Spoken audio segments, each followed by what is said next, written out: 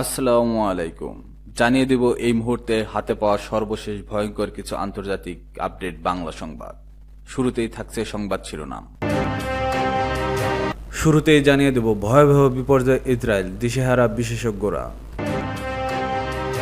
জানিয়ে দেব G7 দেশগুলোর মধ্যে ফিলিস্তিনিকে প্রথম স্বীকৃতি দিচ্ছে ফ্রান্স। এরপর রয়েছে নেতানিয়াহুকে মেরে শহীদ হতে চেয়েছিল বৃদ্ধা, তার আগেই গ্রেপ্তার। সর্বশেষ থাকছে গাজায় বৃষ্টির মতো ত্রাণ ফেলবে পাশের দুই দেশ। এতক্ষণ শুনছিলেন সংবাদ শিরোনাম, এবার বিস্তারিত। প্রিয় দর্শক, আপনি যদি এই চ্যানেলে নতুন হয়ে থাকেন, ভিডিওটি দেখতে দেখতে চ্যানেলটি সাবস্ক্রাইব করে আমাদের সাথেই থাকুন। ভয়াবহ বিপর্যয়ে ইসরায়েল, দিশেহারা বিশেষজ্ঞরা। ভয়াবহ বিপর্যয়ের মুখে পড়েছে ইসরায়েল। দেশটির বিভিন্ন অঞ্চলে বিদ্যুৎ বিতরণ ব্যবস্থার একের পর এক বিপর্যয় দেখা দিয়েছে। এর ফলে তেল আবিবেও বিদ্যুৎ বিভ্রাট দেখা দিয়েছে। এই ঘটনায় দিশেহারা হয়ে পড়েছে দেশটির বিশেষজ্ঞরা। শুক্রবার 25 জুলাই তাসনিম নিউজের এক প্রতিবেদনে এ তথ্য জানানো হয়েছে। প্রতিবেদনে বলা হয়েছে, দক্ষিণ ইসরায়েল ও জেরুজালেমের অধিকৃত আল কুদুস অঞ্চলে বিদ্যুৎ বিতরণ ব্যবস্থার একের পর এক বিপর্যয় দেখা দিয়েছে। এই ঘটনার পর তেল আবিবে গত সপ্তাহে বেশ কয়েকটি সন্দেহভাজন ঘটনায় দেখা মিলেছে। তাসনিম নিউজ এজেন্সির হিব্রু সংস্করণে প্রকাশিত প্রতিবেদনে বলা হয়, ইসরায়েলি গণমাধ্যম জানিয়েছে যে সম্প্রতি দক্ষিণ গভর্নমেন্ট ও জেরুজালেমে বিদ্যুৎ বিতরণের একাধিক গোলযোগ দেখা দেওয়ার পর তেল আবিবেও একাধিক সন্দেহভাজন ঘটনা ঘটেছে। ইসরায়েলের এসব ঘটনার সঙ্গে আকস্মিকভাবে বেড়ে গিয়েছে। এ ঘটনায় একটি বিবৃতি দিয়েছে ইসরায়েলের বিদ্যুৎ কোম্পানি। বিবৃতিতে বলা হয়েছে, বিদ্যুৎ বিতরণ ব্যবস্থায় অস্বাভাবিক একটি প্রযুক্তিগত ত্রুটি দেখা দিয়েছে, এজন্য এমন ঘটনা ঘটে থাকতে পারে। এতে আরও বলা হয়েছে, এই বিভ্রাটের ফলে শুধু লোডশেডিং নয়, বরং উচ্চ ভোল্টেজ উচ্চ সরঞ্জাম যেমন বিদ্যুৎ বিতরণ কেন্দ্র ও ট্রান্সফরমারে অস্বাভাবিক বিস্ফোরণ ও অগ্নিকাণ্ডের ঘটনা ঘটেছে।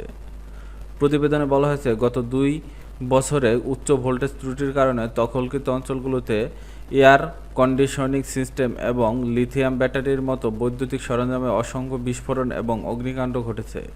ইসরায়েলি বিশেষজ্ঞরা এসব ঘটনাকে অজ্ঞাত উৎস বলে উল্লেখ করেছেন। তারা এর পেছনে এখনও পর্যন্ত প্রকৃত কারণ শনাক্ত করতে পারেনি। G7 দেশগুলোর মধ্যে ফিলিস্তিনিকে প্রথম স্বীকৃতি দিচ্ছে ফ্রান্স। সেপ্টেম্বরে জাতিসংঘের সাধারণ অধিবেশনে আনুষ্ঠানিকভাবে ফিলিস্তিনিকে একটি স্বাধীন রাষ্ট্র হিসেবে স্বীকৃতি দেবে ফ্রান্স। দেশটির প্রেসিডেন্ট ইমানুয়েল ম্যাক্রোও ঘোষণা দিয়েছে। সিদ্ধান্তটি কার্যকর হলে ফ্রান্সই হবে G7 দেশগুলোর মধ্যে প্রথম যারা ফিলিস্তিন রাষ্ট্রকে স্বীকৃতি দেবে। এক্সে দেওয়া এক বার্তায় ম্যাক্রো লেখেন, গাজার যুদ্ধ এখনই বন্ধ হওয়া দরকার। মানুষকে বাঁচাতে হবে, শান্তি সম্ভব। আমাদের দরকার অবিলম্বে যুদ্ধবিরতি, সকল জিম্মি মুক্তি এবং গাজাবাসীর জন্য বিশাল মানবিক সহায়তা। তিনি বলেন, মধ্যপ্রাচ্যে ন্যায়ভিত্তিক ও টেকসই শান্তির জন্য ফ্রান্সের ঐতিহাসিক অঙ্গীকার রক্ষা করে আমি এই সিদ্ধান্ত নিয়েছি। আমাদের একদিকে হামাসকে নিয়ন্ত্রীকরণ করতে হবে, অন্যদিকে গাজার পুনর্গঠন ও নিরাপদ করতে হবে। ম্যাক্রোর ঘোষণাকে স্বাগত জানিয়েছে ফিলিস্তিনের কর্তৃপক্ষ। প্রেসিডেন্ট মাহমুদ আব্বাসকে লেখা এক চিঠিতে তিনি এই সিদ্ধান্ত কথা জানান। ফিলিস্তিনি নেতা মাহমুদ আব্বাসের ডেপুটি হুসেইন আল শেখ বলেন, ফ্রান্সের এই সিদ্ধান্ত আন্তর্জাতিক আইনের প্রতি তাদের শ্রদ্ধা ও ফিলিস্তিনি জনগণের আত্মনিয়ন্ত্রণের অধিকারকে সমর্থন করার তার প্রমাণ। তবে ইসরায়েলের প্রধানমন্ত্রী বেনিয়ামিন নেতানিয়াহুর এই সিদ্ধান্তের সমালোচনা করেছেন। তিনি বলেন, 7 অক্টোবর হামাসের ভয়াবহ হামলার পর এমন সিদ্ধান্ত সন্ত্রাসবাদকে পুরস্কৃত করার শামিল। ফিলিস্তিনিরা ইসরায়েলের পাশে একটি রাষ্ট্র নয়, বরং ইসরায়েলকে ধ্বংস করে দেয়া তাদের রাষ্ট্র করতে চায়।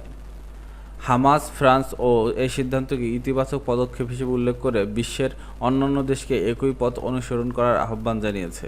বর্তমান জাতিসংঘের 193 সদস্যের দেশের মধ্যে 140টির বেশি ফিলিস্তিনি রাষ্ট্রকে স্বীকৃতি দিয়েছে। ইউরোপীয় ইউনিয়নের কিছু দেশ যেমন স্পেন ও আয়ারল্যান্ড এরই মধ্যে স্বীকৃতি দিয়েছে। তবে যুক্তরাষ্ট্র ও যুক্তরাজ্য সহ পশ্চিমা মিত্ররা এখনও স্বীকৃতি দেয়নি। যুক্তরাজ্যের নতুন প্রধানমন্ত্রী কিয়ার স্টারমার বৃহস্পতিবার এক বিবৃতিতে বলেন, ফিলিস্তিনি জনগণের রাষ্ট্রীয় অধিকার একটি অখণ্ড অধিকার। তিনি আরও জানান, ফ্রান্স ও জার্মান নেতাদের সঙ্গে শুক্রবার জরুরি ফোনালাপ করবার গাজায় রক্তপাত বন্ধের করণীয় নিয়ে। এদিকে সৌদি আরবের পররাষ্ট্র মন্ত্রণালয় ফ্রান্সের সিদ্ধান্তকে স্বাগত জানিয়ে বলেন, এটি প্রমাণ করে আন্তর্জাতিক সমাজ ফিলিস্তিনিদের আত্মনিয়ন্ত্রণ ও স্বাধীন রাষ্ট্রের গঠনের অধিকারকে স্বীকৃতি দেয়। 2023 সালের 7 অক্টোবর হামাসের এক হামলায় ইসরায়েলের প্রায় 1200 মানুষ নিহত হন। 251 জন জিম্মি করে নেওয়া হয়। এরপর ইসরায়েল গাজায় ব্যাপক বোমা হামলা চালায়। গাজার স্বাস্থ্য মন্ত্রণালয় অনুযায়ী ওই হামলায় এখনও পর্যন্ত 59,106 জন নিহত হয়েছে। গাজার বেশিরভাগ অঞ্চল ধ্বংসস্তূপে পরিণত হয়েছে। জাতিসংঘের শরণার্থী সংস্থা জানিয়েছে, গাজা শহরের প্রতি 5 জন শিশুর মধ্যে একজন এখন অপুষ্টিতে ভুগছে। একই সঙ্গে শতাধিক আন্তর্জাতিক সাহায্য সংস্থার হুঁশিয়ারি দিয়েছে, গাজায় অনাহারের ঝুঁকি তৈরি হয়েছে এবং জরুরি ব্যবস্থা নেওয়া দরকার। ইসরায়েল অবশ্য গাজায় অবরোধের কথা অস্বীকার করে বলছে, সেখানে সমস্যা তৈরি করে রেখেছে হামাস। নেতানিয়াহুকে মেরে শহীদ হতে চেয়েছিলেন বৃদ্ধা, তার আগেই গ্রেপ্তার। ইসরায়েলের প্রধানমন্ত্রী বেনিয়ামিন নেতানিয়াহুকে রকেট লঞ্চার দিয়ে হত্যার পরিকল্পনার অভিযোগে 73 বছর বয়সী এক বৃদ্ধাকে গ্রেপ্তার করেছে দেশটির পুলিশ। সম্প্রতি কঠিন রোগে আক্রান্ত ওই ইসরায়েলি নারীকে আনুষ্ঠানিকভাবে অভিযুক্ত করেছে প্রসিকিউশন। প্রতিবেদনে বলা হয়, ওই নারী টার্মিনালে অসুস্থ, অর্থাৎ ব্যক্তি এমন একটি মারাত্মক চূড়ান্ত পর্যায়ের রোগে আক্রান্ত যার আর কোনো নিরাময় বা চিকিৎসা নেই। এই কারণে রোগীর মৃত্যু অবধারিত হয়ে উঠেছে। সাধারণত এই ধরনের অসুস্থতায় ডাক্তাররা রোগীর আয়ুষ্কালের একটি আনুমানিক সময় বেঁধে দেন, যেমন কয়েক মাস বা 1 বছরের মধ্যে রোগী মারা যেতে পারে। তেল আবিবের বাসিন্দা এই নারী একজন সরকার বিরোধী কর্মী বলে জানানো হয়েছে। নাম প্রকাশ না করলেও অভিযোগপত্রে বলা হয়েছে, অসুস্থতার খবর জানার পর প্রধানমন্ত্রীকে হত্যার সিদ্ধান্ত নেন তিনি। তার ভাষায়, নিজের জীবন উৎসর্গ করে বর্তমান সরকার থেকে ইসরায়েলকে বাঁচাতে চান তিনি। অভিযোগ অনুযায়ী তিনি এক সহকর্মীকে পরিকল্পনার কথা জানান এবং একটি রকেট চালিত গ্রেনেড কেনার ব্যাপারে সাহায্য চান। একই সঙ্গে নেতানিয়াহুর চলাফেরা, কর্মসূচি ও নিরাপত্তা বিষয়ে তথ্য সংগ্রহের ওই সহকর্মী সহায়তা চান। তবে ওই ব্যক্তি তার প্রস্তাবে রাজি না হয়ে তাকে নিবৃত্ত করার চেষ্টা করেন। পরে যখন বোঝেন যে তিনি থামছে না, তখনই তিনি কর্তৃপক্ষকে বিষয়টি জানান এবং এরই ভিত্তিতে বৃদ্ধাকে গ্রেপ্তার করা হয়। প্রসিকিউশন জানিয়েছে, ওই নারী এখনও বিপজ্জনক হতে পারে, কারণ তিনি শহীদ হতে রাজি বলেও দাবি করেছেন। তাই তাকে গৃহবন্দী রাখার আবেদন করেছে তারা। এর আগে 2024 সালে এক ইসরায়েলি পুরুষ সামাজিক মাধ্যমে নেতানিয়াহুকে হত্যার হুমকি দেওয়ার পর গ্রেপ্তার হন। ইসরায়েলের রাজনৈতিক হত্যাকাণ্ডের ঘটনা বিরল নয়। 1995 সালে প্রধানমন্ত্রী ইৎসাক রবিনকে হত্যা করে এক উগ্রপন্থী ইসরায়েলি, কারণ তিনি ফিলিস্তিনিদের সঙ্গে আসলো শান্তি চুক্তির পক্ষে ছিলেন। গাজায় বৃষ্টির মতো ত্রাণ ফেলবে পাশের দুই দেশ। ফিলিস্তিনের গাজায় ত্রাণ বিতরণের সিদ্ধান্ত নিয়েছে জর্ডান ও সংযুক্ত আরব আমিরাত। তার কার্গো বিমান ব্যবহার করে আকাশ থেকে ত্রাণ ফেলবে ইসরায়েলি সংবাদ মাধ্যম টাইমস অফ ইসরায়েল শুক্রবার এ তথ্য জানায়। জর্ডান ও সংযুক্ত আরব আমিরাতের ত্রাণ বিতরণের অনুমোদন দিয়েছে ইসরায়েল। এ ব্যাপারে পক্ষগুলোর মধ্যে ফলপ্রসূ আলোচনা হয়েছে, তবে ওই দুই দেশ স্থলপথে গাজায় প্রবেশ করতে পারবে না।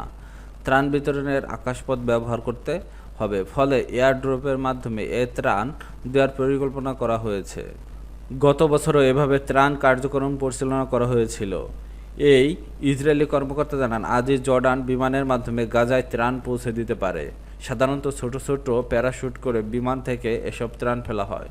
সমুদ্র সৈকত অথবা খোলা স্থানে লক্ষ্য করে বস্তাগুলো ছোড়া হয়। এভাবে ত্রাণ বিতরণের প্রাণহানির ঘটনা ঘটে। গত বছর এমন এক কার্যক্রমে আকাশ থেকে ফেলা ত্রাণের বস্তায় মাথায় পড়ে গাজার 5 বাসিন্দা নিহত হন। প্রসঙ্গত, ইসরায়েলের টানা 21 মাসের অবরোধ ও হামলার মৃত্যুপুরীতে পরিণত হয়েছে গাজা। জাতিসংঘ ও মানবাধিকার সংস্থাগুলোর মতো ইসরায়েলি অবরোধ ও নৈরাজ্যের কারণে গাজায় দুর্ভিক্ষের আশঙ্কা তৈরি হয়েছে। মে মাস থেকে খাবার নিতে গিয়ে 1000-এরও বেশি ফিলিস্তিনি নিহত হয়েছে। মার্কিন ঠিকাদার সংস্থার তত্ত্বাবধানে থাকা খাদ্য বিতরণ কেন্দ্রে হতাহতের ঘটনা ঘটে। 115টি মানবাধিকার সংস্থা ও দাতব্য প্রতিষ্ঠান এক বিবৃতিতে জানিয়েছে, তারা নিজেদের সহকর্মী ও সাধারণ ফিলিস্তিনিদের ক্ষয়ে যেতে দেখাচ্ছে।